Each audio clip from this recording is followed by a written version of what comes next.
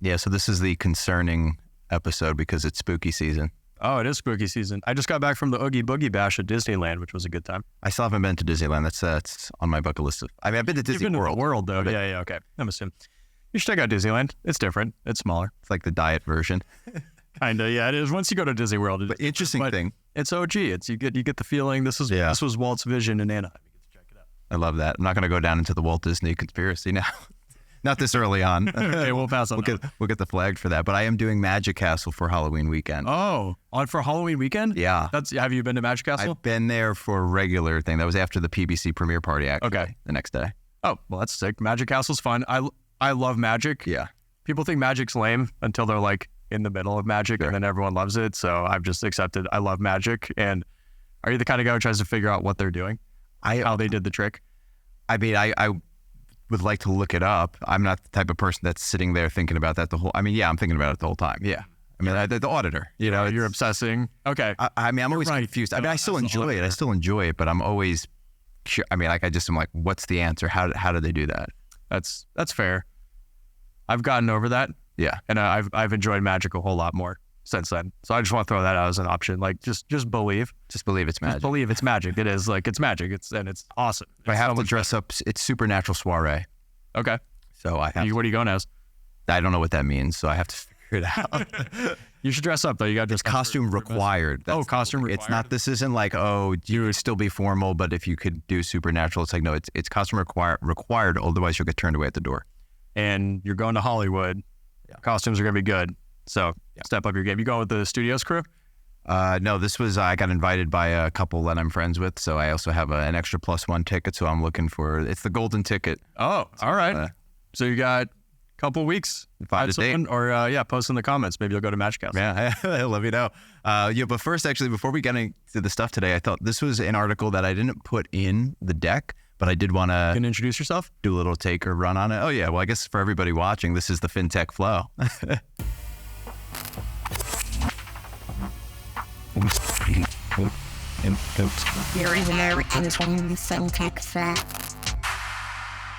I'm Drew Carrick, the rapping CPA, or just Drew Carrick _ now on Instagram. Oh, you switched it up? Thought leadership. I'm thinking, the rapping CPA is fun. He's going to do a lot of content, a lot of acting and stuff. But Drew Carrick, he's kind of he knows content strategy.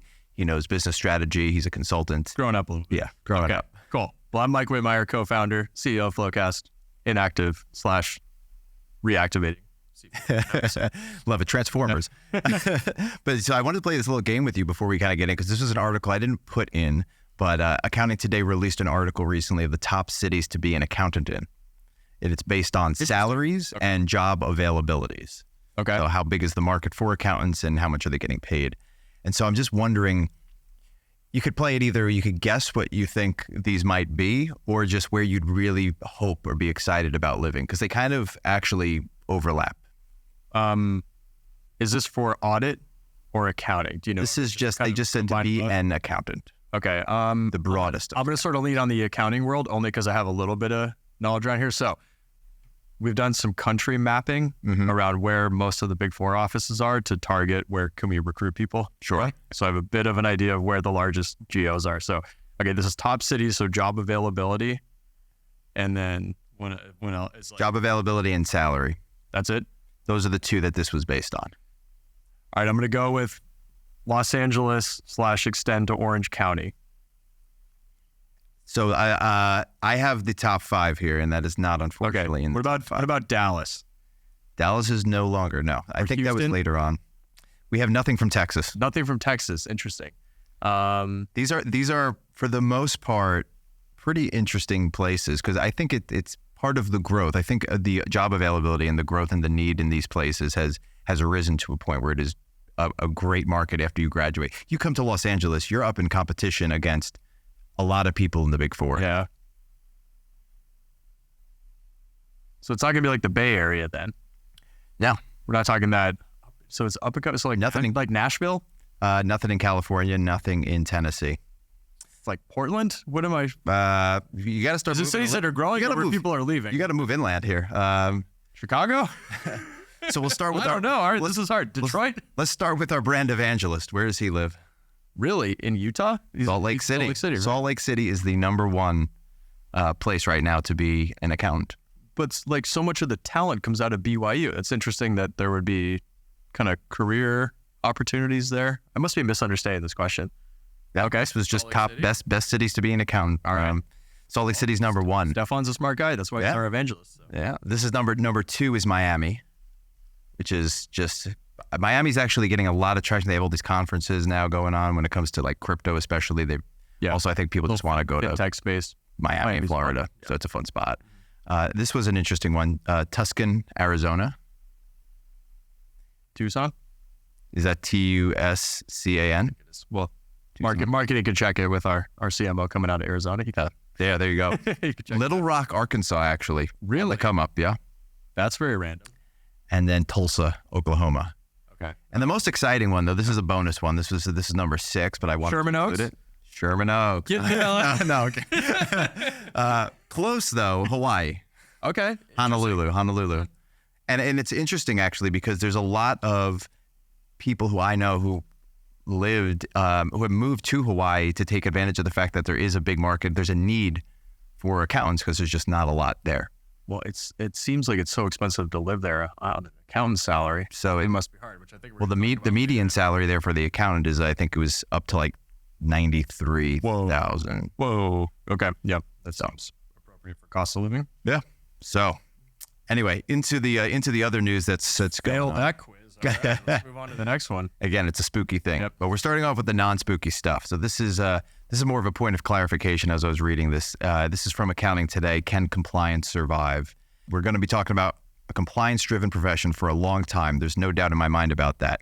That was from Jim Burke, Managing Director and Partner of Advisory Services at the top 25 firm Witham.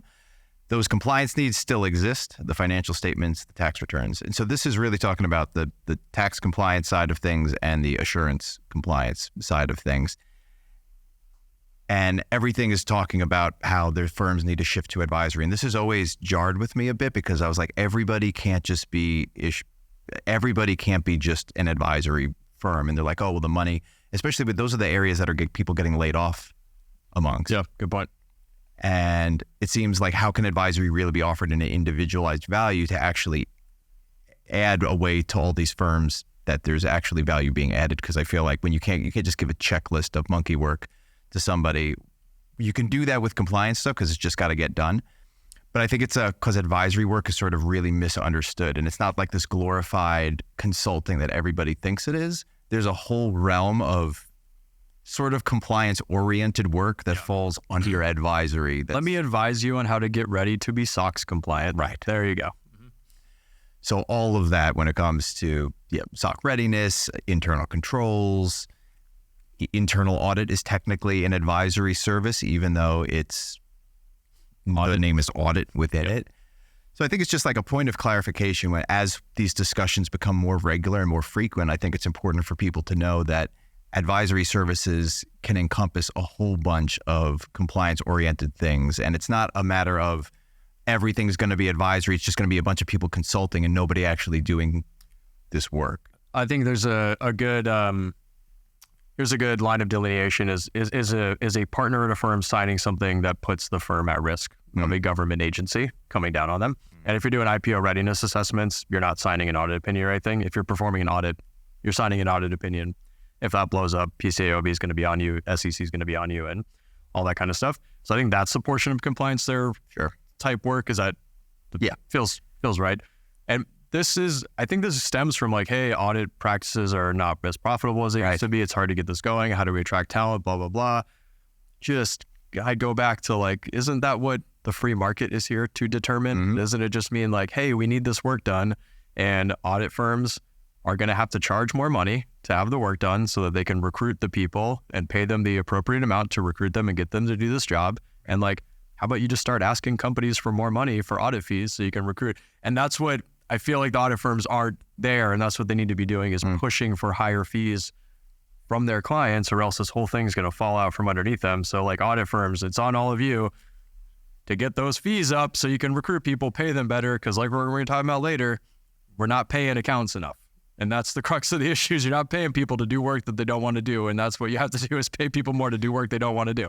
The audit bidding process I find to be fascinating. It reminds me of a lot of like insurance companies. It's like once you've been with an insurance company for 3 to 5 years, you just look for another and they're like, oh, we'll actually give you a bunch of discounts. And then eventually your premium gets back up to where it was and then you go out and bid again. And because all it is just accounting firms undercutting other ones by saying, oh, well, we're going to outsource a bunch of work so we can charge less. It's like kind of the opposite of normally like, hey, our fees are going to go up because it's just more expensive to operate. Yep. It's how can we reduce how much it costs to perform these audits, which eventually drives how much money is being made down. It's not as profitable. And the other aspect. So race to the bottom, but like here's how it plays out is firms start dropping their audit practices. Mm-hmm. Then you got one. And the one goes, oh man, these audits are a whole lot more expensive than they used to be. Like this needs to get sorted out or else we're just heading towards a monopoly. And the 4-company oligopoly that we have already is clearly not having enough pricing power in the market. So something's got to get sorted out. This is where I go back to should audits be funded by like a central body that's where the SEC funds that is bought in or something? Is there a different way to think about how audit firms get compensated? Because I think we're talking about this issue with prices not going up enough to be able to pay auditors enough to come into the profession. But then there's also like, are you really independent if you're paying your auditors?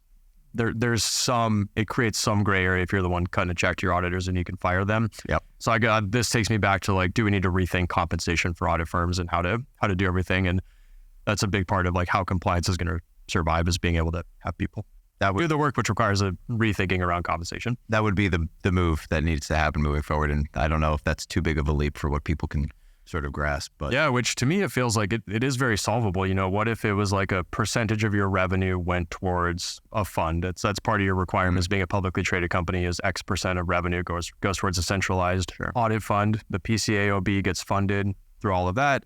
And then they dole out the work of the audit clients to the big 4 firms based on some process in there or something. You know, there's got to like something's got to give here, or else it's just going to fall apart. And if we don't interact, the way capitalism falls apart is via a monopoly at some point. Yep. So 100%. Yeah. So I think moving forward too, it's also the compliance checklist sort of things can be a lot of the times be outsourced. A lot of it can be automated, but all of the other stuff that's compliance adjacent that's the part that's growing. It's not the blue suits come in and they give you some $1 million idea and they fancy themselves a consultant and have this whole elaborate thing. Everybody, that's just a way to glorify, I think, advisory services. Yeah. Encompassing everything. It's such a broad term. You think you're the McKinsey consultant doing the full business optimization review. That is not what you're doing. But that said, if you're an advisor on IPO readiness stuff, you can quickly shift over to doing audits of public companies doing their internal, that kind of stuff. So at least the skills are it's transferable for sure. But I will say there are probably groups of people who end up in these advisory practices within big 4 firms that aren't really qualified to do the compliance type work. And those are the ones who aren't going to, make it through downturns in the economy. I wonder if it's a play to position advisory to just make it seem a little more appealing as far as recruiting thing. And that's just the profession, which is the best thing that they either intentionally or accidentally did was to call advisory services this consulting notion of like, ooh, that sounds interesting because it's vague. Dude, there was some recruiting challenge they had. The first thing was, how do we fix this with marketing? Let's call it advisory instead, and then we can get people in the building. And I highly doubt they thought out 10 years of what the full ramifications of this were going to be. But yeah, I'll bet you it was a short term. We got to rebrand this shit. They tried to do that. They tried to do that with audit, and they're just like, we're advisors to clients. Yes. If you're an auditor, we're providing assurance. Yeah. Unbelievable. But talking about the talent shortage, this is from Fortune, which one accounting firm is tackling the industry's talent shortage by giving its 10,000 employees part ownership in the company. And that company is BDO. Oh. Which is a big boy. Yeah. They're selling 42% of their shares to a trust. Yep. 880 U.S. partners voted almost unanimously to establish an ESOP, or employee stock ownership plan. 42% of theirs. And this is an overtime sort of thing. So I think they said it would take like 20 years before they all actually, enough partners had retired, the newer ones had worked their way through, and then eventually would be this sort of ownership model. But it's kind of fascinating to be the first ones to jump on this trend. Yeah, okay. I'm reading the rest of this. Yeah, great. BDO's partners will sell about 42% of their shares to a trust, and a trust will retain the rest, while also taking a cut to their compensation and giving up their pensions. That's super interesting. To fund the creation of an ESOP and restructure existing debt obligations, BDO secured a $1.3 billion private debt round from Apollo Global Management, among others. Firms are all wrestling with how you essentially take a 100-year-old business model and update it to a much more fluid, dynamic, financially oriented market, said the University of Florida accounting professor Robert Netchell. I bet you they were sitting under a ton of pension liability, and partners might have been just looking out in the future and been like, oh, this isn't going to exist as a going concern anymore. Then we need to make some insane, like, that's a lot to agree to give up after you've probably worked really hard to be in line for a pension. They're also probably getting really good cash outs with that $1.3 billion. This is a good way to recruit people and retain people. I mean, that's the reason why companies offer equity, is to give you a stake. And even if it's a little bit, right, it's not going to be super material where it's totally changing your life, but you have at least skin in the game and you feel a sense of pride in the work that you're doing. You feel like you're actually part of the company, not just working for the company. So, I think it's a great idea. And I'd be curious to see if other firms decide to jump on with this. But the pension thing is definitely true, because there's so much concern over whether, even when I left Grant Thornton, even there was discussions like where the younger partners were concerned about the future of the pension, and just because the profitability overall of the business model. Rightfully so. Yeah. Rightfully so. I think this could be the start of something big. I am curious now how does that play out through a partnership? Because investors don't love option pools, right? Because you're giving away their net worth, if you think about it, right, just by always issuing new shares. So if you're in a partnership, how do you always just create new shares to grant to the incoming class that you're recruiting every single year? In a corporate structure, publicly traded, it feels like it's a little bit easier to do that, and the investors take the hit, but the investors are comfortable taking the hit because it's creating more fair value in the company and making it bigger. Are you able to make that same claim in a profession like this? It's a lot easier to make it in a tech company where it's like, hey, valuations get insane over the course of a short period of time. Can you do it with a professional services, like decent margin type business? I don't know. Now, do you have to set aside at the beginning, like how far out is there a plan for this option pool? Is that like... I smirk. That's a never-ending point of friction with investors and board members.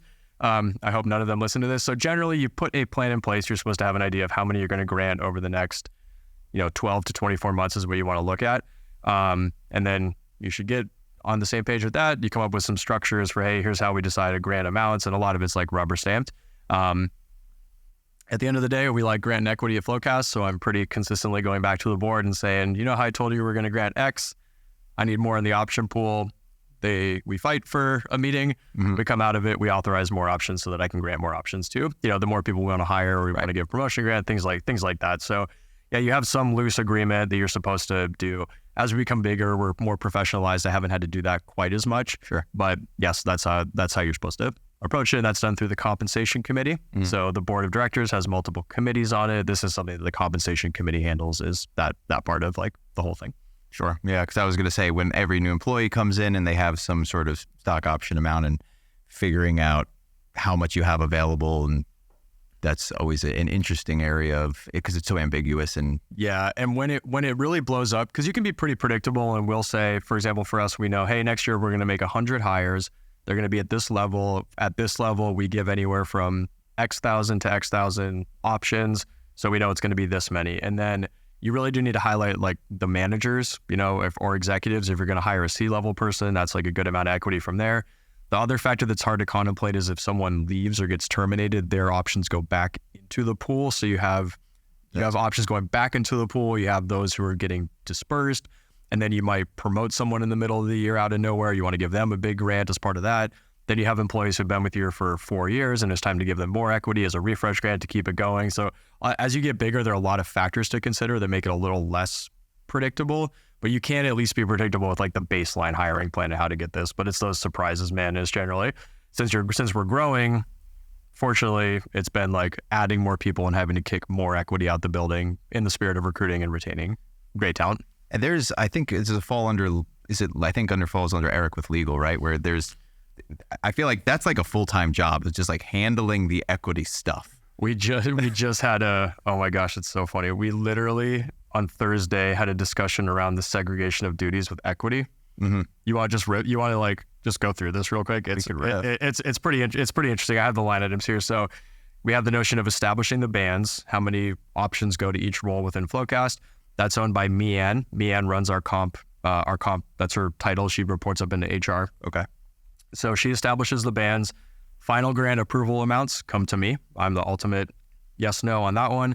Then the equity budgeting and option pool management part that we just laid out, that was on Eric. It's abnormal for that to be on legal. That's more of a compensation finance exercise. So that actually lives under Mian in finance now.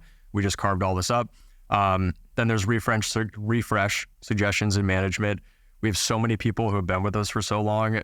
It's impossible for me to just be like, oh, this person's about to expire. I need to think about them now. So Mian will bring that to me, be like, hey, this person's been with us 3 years. They're going to expire. They're going to run out of options. We need to refresh them. Let's have that consideration. So Mian does that. Oh, you mean like you've hit the point where you're no longer accruing? You're not vesting anymore. Okay. Yeah, because it's a 4-year vesting period, right? So after 4, then you're going to be sitting around like, I'm not getting anything else. Like, what? I want more options. Right, otherwise you could be like, I'm just going to leave now because I got all my options. I might as well go somewhere else and get some more equity, that kind of thing, right? So you refresh people. So congrats when you come up on 4 years, you'll get a refresh right there. Yeah. You'll get through that. You'll get a vest and a refresh. Then there's a 409A process, which is valuing the shares we do it 6 months now because we're growing so quickly. Go through that process. Finance owns that one. Then you have the compensation committee, HR, legal, and finance come into play because now Eric and legal have to be there to document the minutes of the meeting, make sure everything is appropriately documented, but then also communicated back and forth to get all the approvals from there. Then you get the law firm, and then you have to get into CARTA administration and loading all the option grants up into CARTA and everything. And that's where legal comes into play, is with the managing of the cap table, dealing with the board, managing the minutes, all that kind of stuff. So that's the division of labor just for equity. That's only the equity side of it. Well, that's the name of the game. That's why you get into the startup world, right? Yeah, real-time stuff. This is interesting, everybody. Like, we literally redid this division of labor on Thursday of last week. So you're seeing it in real-time. FloQast changes. Yeah, This is awesome. So last sort of thing, talking about where equity comes from, where value comes from. This is from the Wall Street Journal. This is a move which is not novel, but it is becoming a little bit of a trend here, especially among CFOs. Companies borrow against their assets during an uncertain economy, and some finance chiefs, under pressure from rising costs, are switching to asset-based loans from cash flow loans. And normally this was the type of thing that was just seen as like a last resort option, where I'm going to put up my assets, and now it's just kind of becoming a little bit more of the norm. So more companies are borrowing against their assets, including inventory and receivables, as finance officers look to bolster liquidity amid financial stress from inflation. The draw: companies don't need to meet the same types of leverage and performance requirements included in loans that are based on the company's cash flow. By pledging their assets, CFOs receive the comfort of knowing that a string of tough quarters or big investments won't put them in hot water with lenders and high interest rates. Mm-hmm. They have more flexibility, but also come with higher compliance costs. Borrowers provide lenders with regular reports and agree to periodic inspections to help banks assess the value of the collateral. Companies are often required to meet a minimum liquidity threshold or stay under a certain borrowing level before additional restrictions apply. This just tells you how the state of the economy impacts the state of operations. This is not, I feel like this is, you're going down the options of what can I take a loan out against next, and we're reaching the kind of the bottom of the barrel. Right. Here.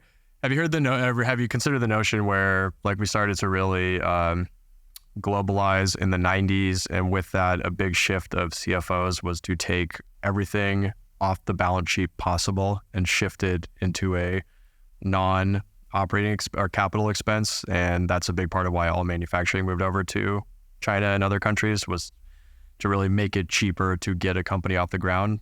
Before, you'd have to build a manufacturing team, do a ton of capital investment to get that up and running. And then you have this big thing sitting as an asset on your balance sheet, right?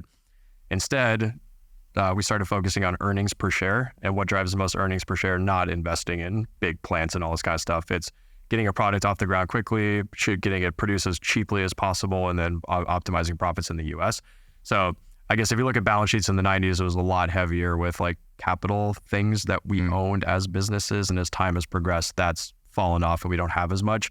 So that was a long setup for how many assets do we actually have to borrow against as a business community now if we've shipped many of them overseas. And a lot of the companies that have been formed are software companies that don't have physical assets, right? It's intangible assets. So I struggle to see like at a macro 20,000 foot view, like how much impact this really is going to have for a budding financial crisis, especially when like most of the assets we own are like commercial real estate assets and residential real estate assets. And we all know those have been levered up like none other. So like what's really left after that? Yeah, that's a good point. We're saying inventory is already being leveraged. Okay. Like keep going. What else you got? Yeah. I mean, especially if everything is, like you said, being, made, manufactured overseas, elsewhere. And I'm generalizing. Obviously, some stuff is made in America, but like on a broad strokes, like a lot less is made in America than it used to be. Right. I guess it comes down to the ownership of the plants. Like you said, if they're not, it's like, why invest in that when we can just make it? Because I think all the valuation was focused on cash flows, and your business is worth, well, how much can I make if I was to buy this business, and what's it gonna bring in each year? And I don't want this big plant or this big asset on my books if I'm looking to buy this. Yeah. So then once you realize that the buyers don't care about that, then it's like building a mansion that nobody can afford. And now you can't sell it because you got this big thing that nobody can afford. You're talking about commercial real estate right now? Well, I'm making an. I'm terrified about that bubble. That's one that's coming around. But this is all concerning to me. Is this in the? This is just the leading up. This is the lead up to concern. This is spooky season. Yeah. This is October, everybody. So have you read it? This is just here. I'm just here for the responses on this one because I said there's a lot more concerning things to touch on. So we just need a little intermission before we get into the super spooky stuff. Oh boy. What's the most obvious sign that a job posting was created by somebody with no accounting knowledge? This was from Rhymebag Daryl. My favorite. So we can just read. We can go every other. Read some of these. The original poster said, "My favorite is under skills." They write something like debits and credits required. Mm-hmm. That's a solid one. I like $20 per hour CPA required. I like this. Must be expert level in pivoting tables. Roll up your sleeves mentality always means you won't have enough staff to support you. Yeah, for sure. The entrepreneurial role when it's for like a senior accountant position at a growing company. Yep. Mm-hmm. It is really interesting how people get creative with how they market positions to try to. I mean, we talked about this with the advisory thing, right? It's like this is a high growth opportunity. To be super entrepreneurial. It's like at the end of the day, you're still the person closing the books, man. Mm-hmm. If they close with FloQast, they might have a little more time to be entrepreneurial. I like it. My mind just always goes into. I like it. Yeah, it's kind of true. Like, so I was a senior accountant at a fast growing company. I don't think it was ever pitched to me as entrepreneurial role, but like the entrepreneur kind of DNA of the company was like pitched as a big benefit to me. So a little bit different, but I don't know. All entrepreneurial means is you're going to be doing a bunch of shit. Yeah. And that's like, if that's what you like, it's what you like. If it's not, then don't do that. Like I think that's a really interesting thing. If you're someone who's jaded, who's like, oh, that just means I'm going to work a lot, then don't take the job. Go do something else. Go work at a Fortune 500 company where you can just slot in every day, put your head down, do the same stuff for 40 hours a week. If you want to learn more and have more responsibility and work more, go join a growing company. And I think it's such a preference. Like I'm sick of this. Like, people complaining about these job posts. I think it could be refined. You know what it is. Quit your complaining. I think it could be refined as just entrepreneurial experience instead of it's not an entrepreneurial role, but by taking on this role, you'll have an entrepreneurial experience. That's what they're trying to say, but I think doing it in a way that's not like read. I mean, because I think about this, like even for me, this is the first time I've worked at a startup company, right? And a lot of the stuff I did was in not-for-profit, and of course, when working in public, different business models for all different sorts of businesses. You just pick up organically from working at a startup. You become more entrepreneurial organically just from being around people who are similar-minded. They're taking a chance by working at a startup. You're learning about equity and how that works because it's impacting you directly. It's not something that you read about. It's actually something you're experiencing and digesting. Yeah.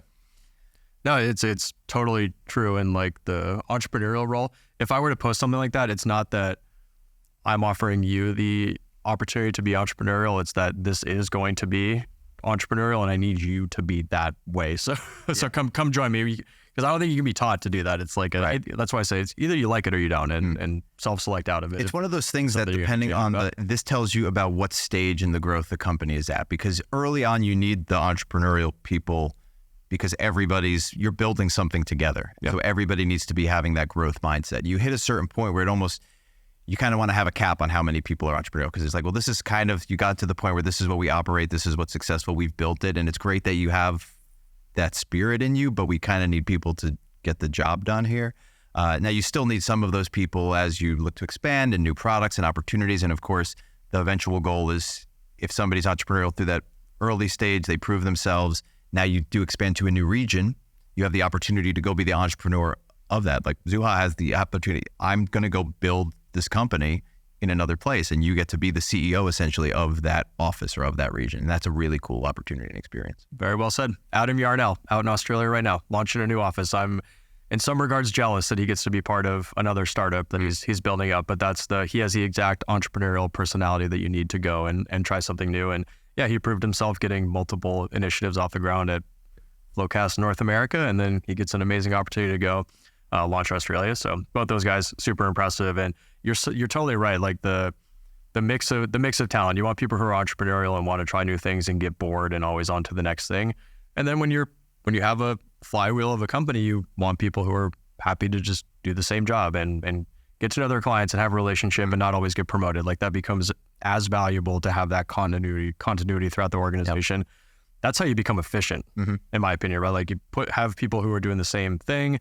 They get used to the job. They work with the same coworkers. They get to know each other. That's when you start to meld and become like a really high functioning organization. Yep. So every personality is important for really building a company. You become a technical expert in that area, and it's also a very stress-free. You get to the point where you could be a little bit stress-free because you know your job and you know it really well. You're super comfortable with it. It doesn't stress you out to go to work because you know exactly what you're going to do and you're going to go crush it. And that's very appealing to a lot of people, and there's no shame in that. It's great. I think it's all about having that balance. Yep. Still Libra season, so I'm going to ride the balance thing out as much as I can.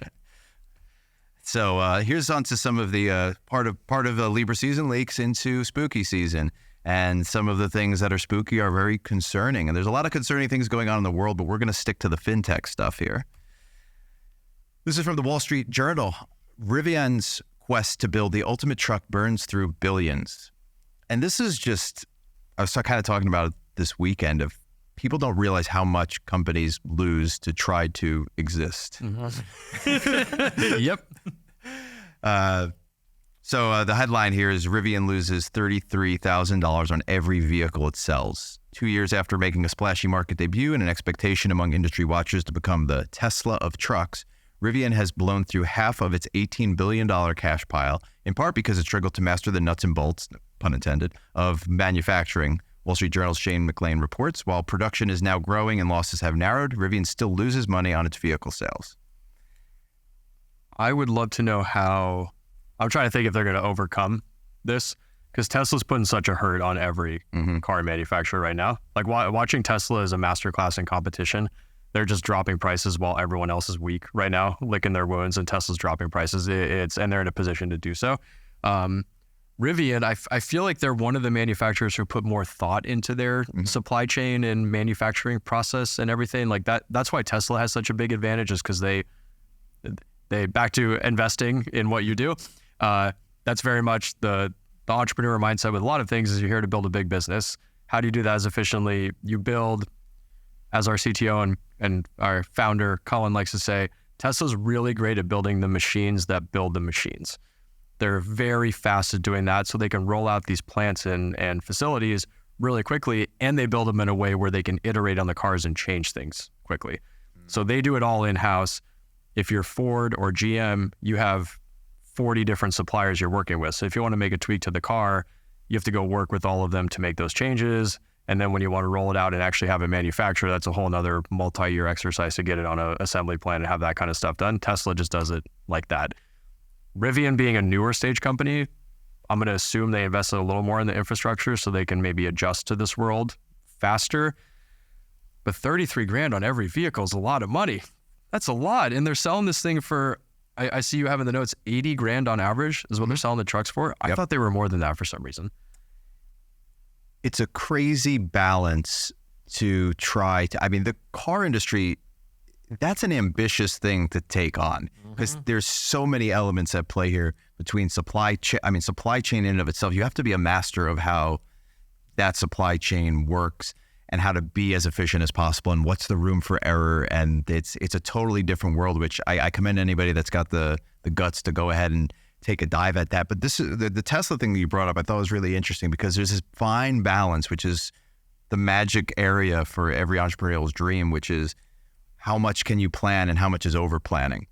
Because you don't want to get bogged down and not ever take any action because you're too busy trying to plan forever and then the opportunity goes and passes. But also if you are able to execute a good plan from the beginning and you stick to that plan, you set yourself up for super success in a sustainable way, which is what you talk about with Tesla, with having systems to implement systems, having machines to build machines. And that puts you in a position to be able to iterate really quickly on what you're doing. And if you can iterate really quickly, you can take more risk with what you're doing.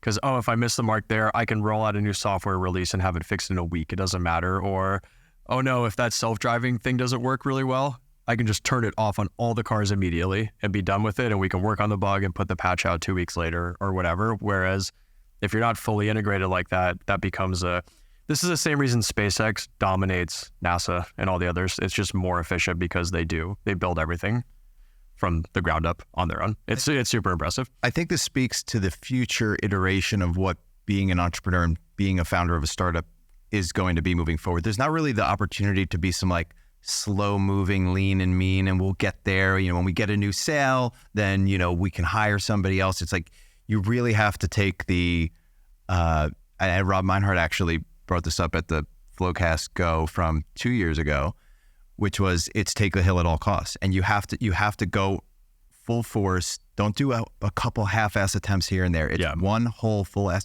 Give it your all. Give everything you can at that because you leave nothing on the table. And we're going to do whatever it takes in order to make this happen. So if that means the notion now, and I've seen this even with social media, if you're just like, oh, well, let me see if I can get a couple likes. It's like, you have to blast the market. That's what Barbie did. They're like, the movie scene, how many people are coming to the theaters and watching stuff. We're just going to do a blitzkrieg of the market. It's the only thing everybody's going to see. And I think you hit a certain threshold where it sort of passes this like critical mass where now it's unavoidable. But until you reach that, it just stays isolated amongst those people. Even if a lot of people know about it, it hasn't passed the line where it just becomes spread like wildfire. And the algorithm enhances that. And I think the same thing applies to entrepreneurship. Which Rivian's probably not that far. I forget. I've been seeing more on the road. They're building up a bit of, I think like comparing Tesla to Apple and Rivian to Android is probably a decent comparison. And so I feel like there's that subset of the market and there's enough of the market that wants to be the contrarian, non-Tesla, I have the other cool piece of technology group. And maybe Rivian just needs a little more time to get there to be able to raise their prices to cut all of this off.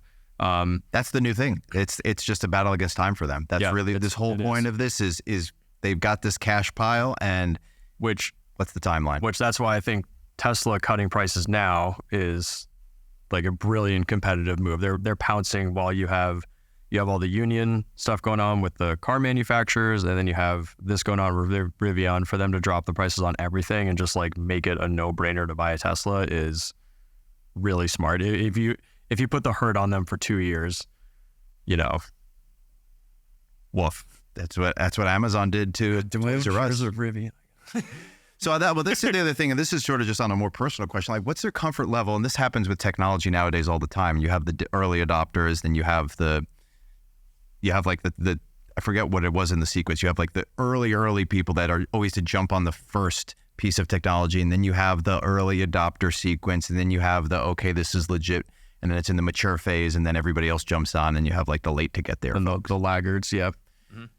When it comes to like buying a car, this is what we're talking about with software updates. What if the company goes out of business and you have a car that now nobody can fix and there's no new updates? You're just stuck with it's not like a little piece of technology. I think about that with small things like okay, for example, if I buy some unique vacuum that they have a certain filter that it has to use, and if that vacuum goes out of business, or like the Roomba goes out of business, you can't get a new filter. You basically have a useless item. Yep.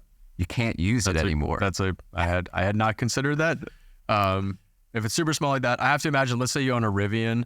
Like, I think it's a good enough car and a brand that they would get acquired by somebody, so the brand's not going to go anywhere. But very interesting question. If you bought a Tesla in 2008 or whatever they put out the first one, or 2012, whatever it was, yeah, you were taking the risk of being stuck with something that had no support, right? In the not too distant future. So those are the things that are concerning to me. All right. And more things. This is a little double article. It was hit both on the Wall Street Journal and Going Concern. It was titled "Why No One's Going Into Accounting," and I thought this was interesting because this is kind of a little bit in contrast to other things we've talked about, of how there is the major opportunity, which there is, of course, the pipeline issue. A lot of it seems to be with this salary being stuck aspect, which is, again, in contrast to what you'd think, because accounting is the stable job. It is the more guaranteed, stable paycheck. But 25 to 29-year-olds median yearly salaries for select jobs changed from 2012 to 2016, and then 2017 to 2021. And I guess overall, it hasn't kept up to pace, is what it's showing. What this chart is indicating here, which shows that the median for accountants is 56,000, whereas for financial analysts, 74,000. I do have an audit take on this. All right. Which is, I think some of these other roles are things that accountants eventually do. So how many people worked in public and then got a job as everybody I worked with, almost, when they made their jump, if it was within the first 3 to 5 years, they went and became a financial analyst for the most part. Some people went and became staff accountants, but a lot of people became financial analysts. So I don't think that means starting salary, but there is a potential leveling difference of where in the career are these role titles. With the term accountant is very broad. Put my audit hat on. What does that mean? Is this a bookkeeper? Is this an auditor? Is this a rev rec expert? Is this a controller? Is this a chief accounting officer? What does this actually mean? But I don't know. Let's just say it's a good amalgamation of all this. And on average, what this is showing is it's still a down salary, inflation adjusted. This is such a big part of the problem, man. We talk about this, and it seems like we've now seen multiple charts about how low accounting compensation is and how much it's changed relative to other professions. Like, if you're having a talent recruiting issue, just up your salaries by 15%. The world's your oyster. You can get anybody. Like, this is not a hard problem to solve right now. I would like to implore CFOs and controllers to open your budget a little bit more and just spend some more money, and you'll be able to recruit great talent. It feels like such low-hanging fruit right now. And how do we help? How does FloQast? I would love to, maybe we could sidebar and have a market strategy discussion on how we help with this problem, because it's the pay is the crux of the problem. The pay is the issue. People get jaded because they're not getting enough money. You can't find people in this talent shortage role because you're not paying enough money. That trickles down to people not majoring in it, which is going to create a bigger problem, which you're just going to have to pay more money for. Just pay more money now.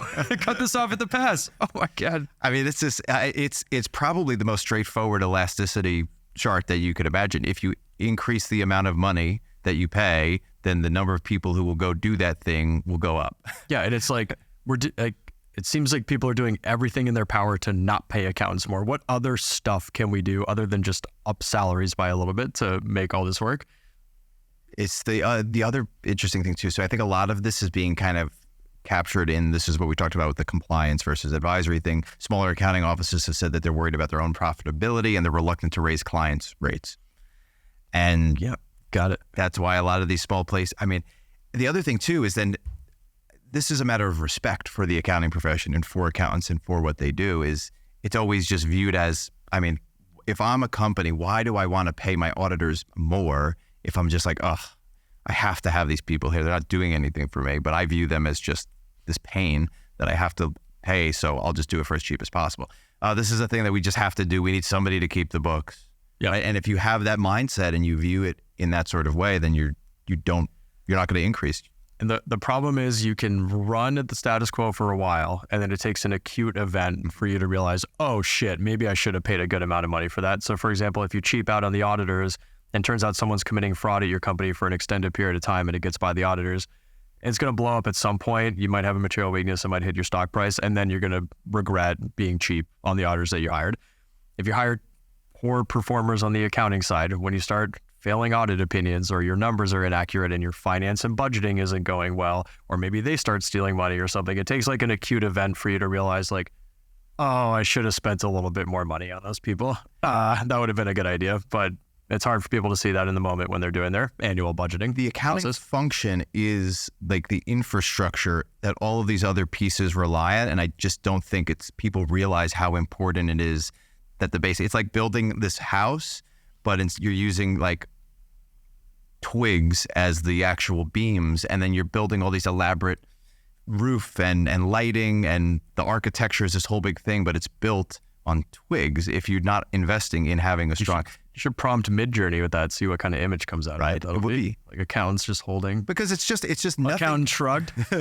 Nothing in the back office ever gets the visibility, so it doesn't have the respect. If you could have this big marketing campaign and it shows, look how many views we got, and look how well we performed, and the brand name got out there, so everybody sees it and they clap and they commend you, and you're like, oh, it's worth everything we're paying you. The accounts are like, yo, look at all the numbers we did. It's like, okay, that's great. But the thing is the people who do the fancy stuff and do the investing and some of the more flashy budgeting all relies on having that accounting data. You need that in order to do the more fun budgeting and finance and forward-looking stuff. Mm-hmm. And so it's just got to be something that gets the respect it deserves. So yeah, maybe we figure out what we can do to help the pipeline.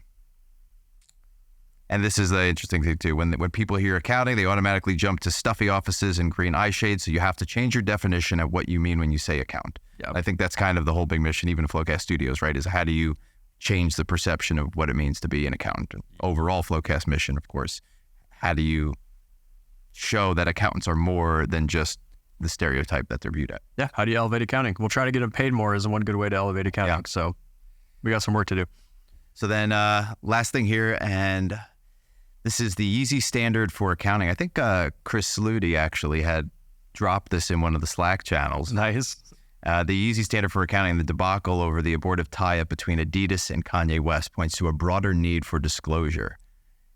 The German sportswear maker Adidas set up a partnership in 2015 with the rapper and fashion designer to produce Yeezy sneakers. While Adidas didn't make it a secret of the fact that the shoes with their futuristic design and price tag of more than 230 euros were highly successful, it would never disclose the actual brand's revenue and profits. And this is a little bit of a callback to one of the PCAOB requirement episodes that we did a couple months ago, where we talked about the segmentation of disclosures and how they were talking about this new requirement to talk about the different cost centers and where is the revenue actually coming from. And this was a really good example, because after the breakup with Kanye, it was disclosed that the shoes accounted for more than 5% of the overall revenue of the group and 25% of the overall operating profit. And under global accounting standards, the relevant rule gives companies a lot of leeway. So IFRS 8, which defines the guidelines for segment disclosure, follows the so-called management approach, and it stipulates that a company's external disclosure needs to follow its internal reporting lines. So that is weird that 25% of profit is not considered or is not internally reported. I mean, there's always different motives, I think, within companies of why they want to. Yeah, I guess I wonder. So we segment our business at FloQast. We have different business lines, and we look at it and investigate that and make decisions to run a company of our size based on that. Adidas has to be looking at things on business units and segments to make appropriate business decisions. I'm sure the management knows, and I'm wondering how they're. But it says it stipulates that a management's external disclosures need to follow its internal reporting lines.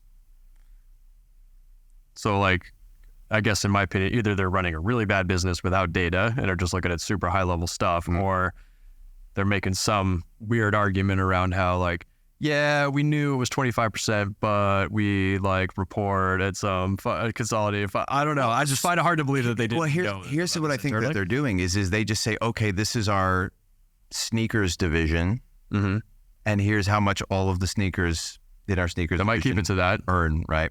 So you just you roll it all up into this is the sneaker group, and then that sneaker group accounts for 5% of the overall operating profit. Well, here's the reason that this is valuable and important. Another example is like car makers in Germany can just not disclose where their revenue comes from. So they could be losing money producing EVs since the revenue comes mostly from combustion engines, but nobody would know since it's all just reported together of vehicle sales. Yeah, and blend it all together. Okay. Take a step back. I am a big fan of transparency. Like there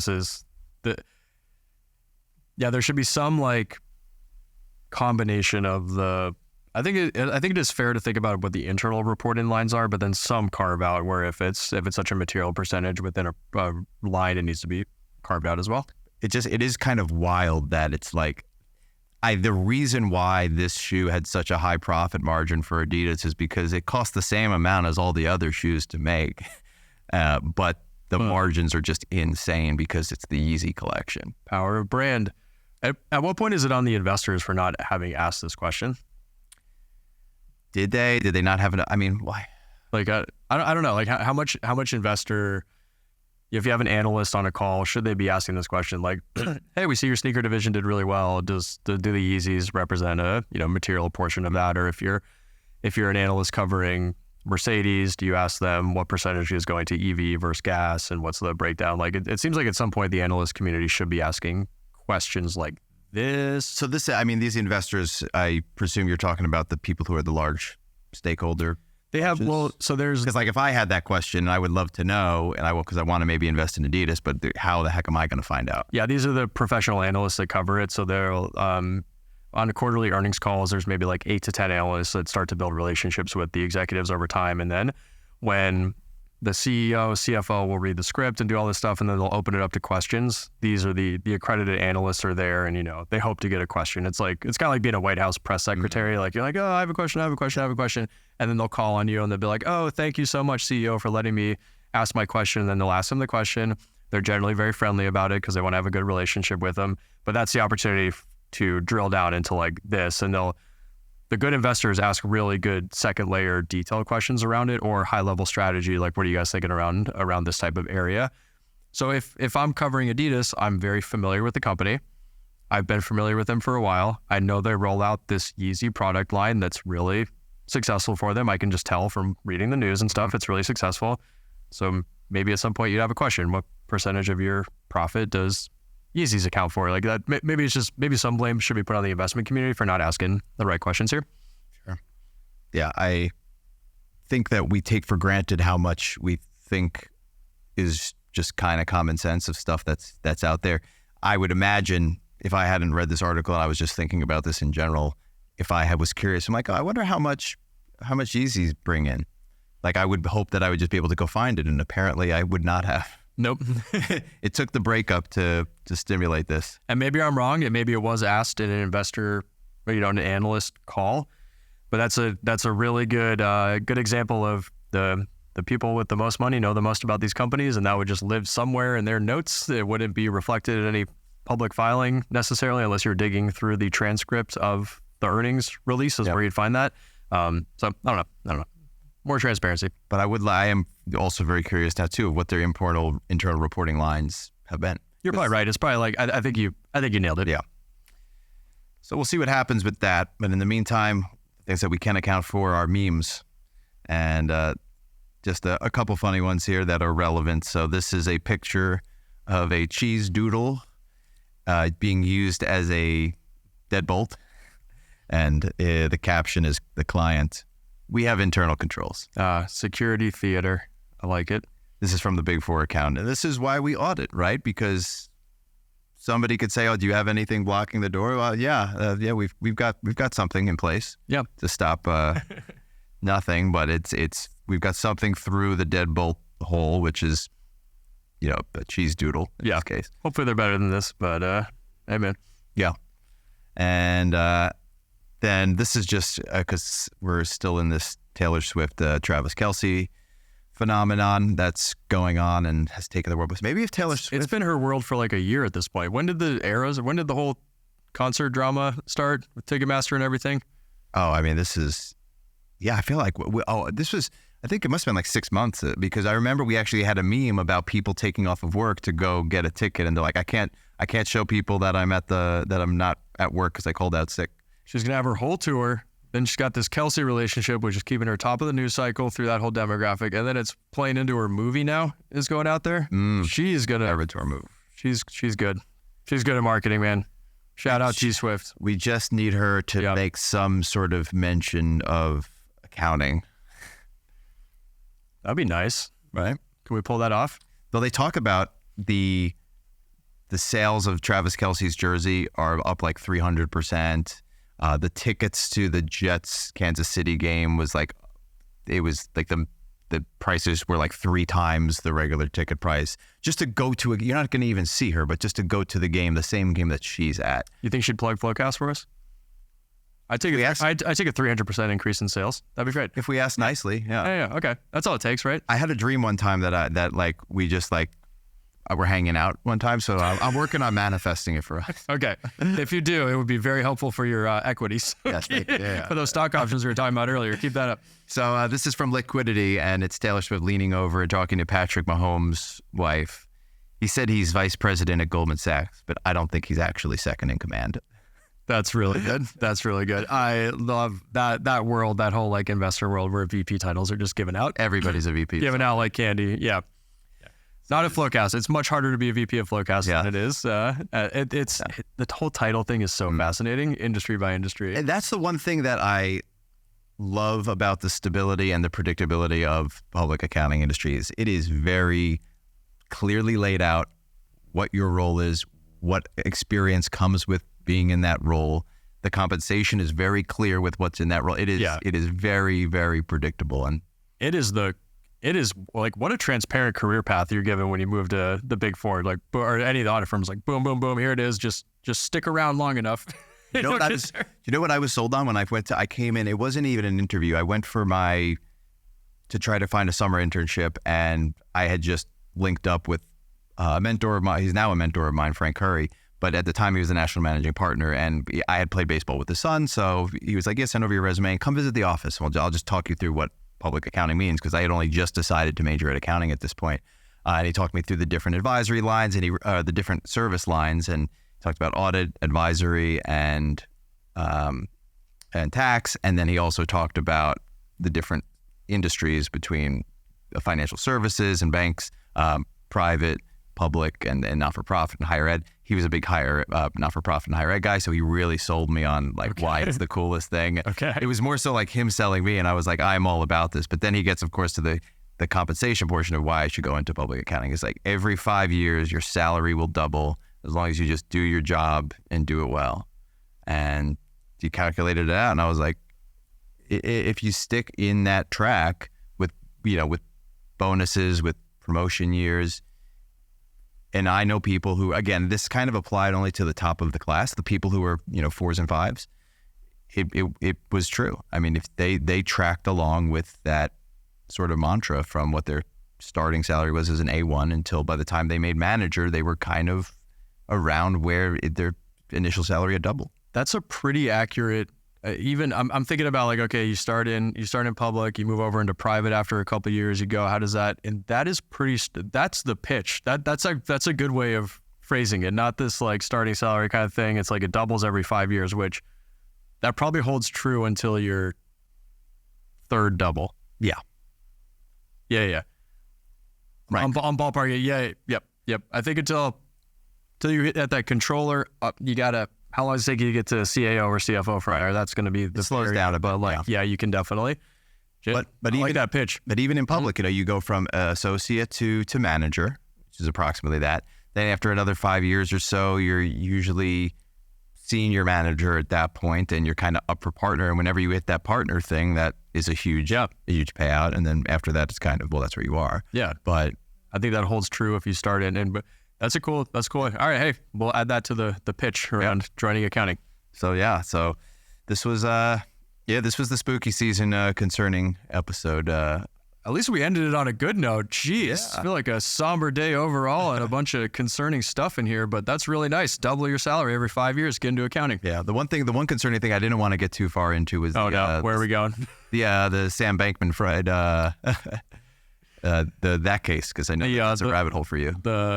Oh man, FTX. We'll talk about that some other time. Yeah, that's a whole special thing. We'll have to track and see how that goes, because it's just not something that could be covered. And I thought it was done with, and now it's like, yeah, a whole really fascinating twist. It might warrant a bigger piece of content that studios put something together around. It's so fascinating. Yeah. It's so fascinating. We also need to let it play out a little bit longer because I don't know where this thing's going. Yeah. So I'm not going to make any predictions here. We're looking we're going to look at the past once it happens and close the books once the books are ready to be closed. There we go. So this has been the FinTech Flo, and I hope everybody enjoyed. Thanks for checking out the FinTech Flo. As a reminder, this episode is available for CPE credit, and you can get that at FloAcademy or on the Earmark app. Details are in the description below.